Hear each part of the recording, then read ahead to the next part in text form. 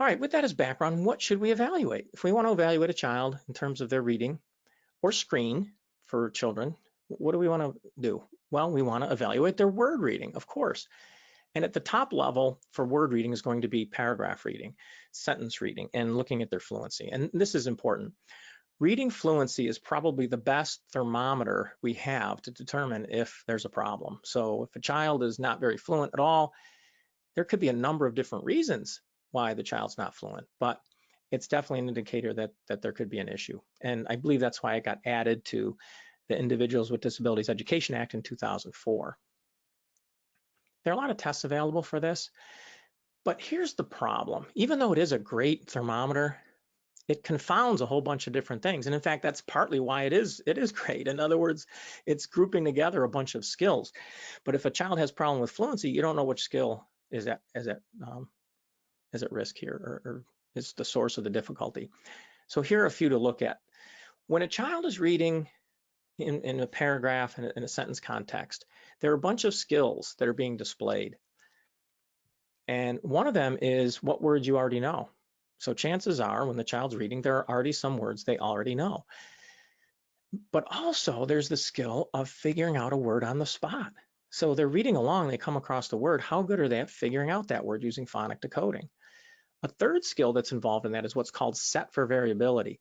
And more research has been coming out on that in the last 3-4 years. What's set for variability? It's the name itself that won't jump out at you as obvious to what it could mean. But set for variability, I'll give you my definition. It's basically the ability to properly identify a mispronounced word. So a child is reading along and let me back up. Let me tell you how they've studied it. They would say to children, first out of context, then in context, they'd say, I'm going to say a word. What word do you think I'm saying? I'm not going to say it the right way. And they will pronounce a word that's irregular, but they'll pronounce it in a phonically regular way. So they'll say wash. And of course, they're trying to say the word wash. And as a group, about 25-30% of children will get those correct. And then when they put it in not a totally neutral context, but not a context that'll give it away, they will say the dog needed a wash. And the kids will say wash. Well, now putting it even in that level of context, it jumps up to about 60 or 70% accuracy. Here's the issue, as I'll come back to in a moment. Children with higher vocabulary do better at set for variability than children with lower vocabulary. And that really shouldn't be surprising. But the idea is that if you're good at set for variability, you're more likely to properly identify a brand new word that either is phonically irregular, or we could consider it phonically regular, but maybe it's a multisyllabic word where you don't know where to place the stress. So the child says marquette, oh, market. And then the last is the use of contextual guessing. If you aren't doing well with the other ones, or maybe contextual guessing is going to help when you have kind of made it through, the second and third one, and you're kind of there like Marquette for market. Once again, that has a lot to do with language functioning and background knowledge in this case for the fourth one. So children that are stronger in that area can create the illusion that they're better readers than they really are, which is interesting. And so we have to watch out for that. We have kids who are compensators that are pretty weak at the first two, but the third and the fourth allow them to create the impression they're better readers than they really are. With all that said, and with all the caveats there, we need to realize that fluency is still one of our best overall thermometers for determining if there's a problem with reading.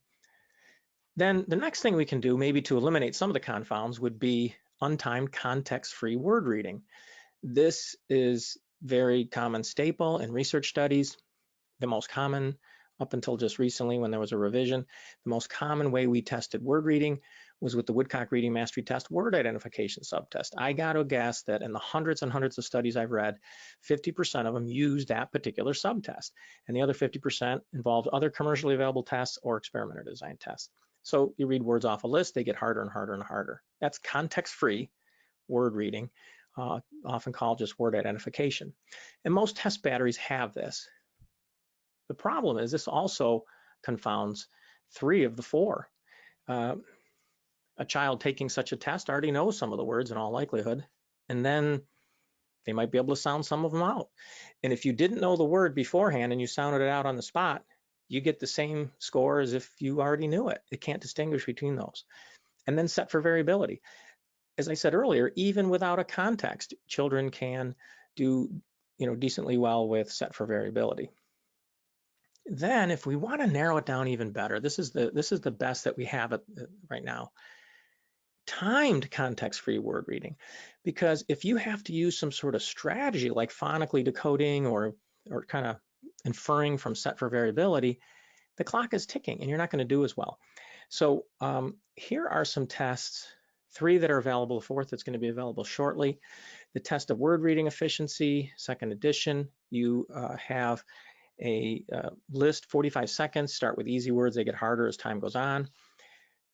The test of silent word reading fluency, some people might not like it, they may not think of it as authentic. I think it's a great test, it's been used in research studies where you have a whole bunch of words that run together and you have to put a slash mark between the words, and if you have a large orthographic lexicon or sight vocabulary, those words jump out at you, you know right where to put the lines. If you don't, the words aren't jumping out at you and it takes you longer. The new Kaufman has both timed and untimed word identification. And then the upcoming Wyatt, the Wechsler Individual Achievement Test, the 4th edition in 2020, will also have a timed and untimed word reading. Now, what those are doing is they're giving us a much better estimate of the size of the sight vocabulary. So kids that already know a whole lot of words because of the timed nature of them, they're going to get quite a few of those words right. The kids that don't have so many words that are already familiar with them, they're going to be trying to figure it out as they go along. The clock is ticking, they get a lower score. So this is a very important set of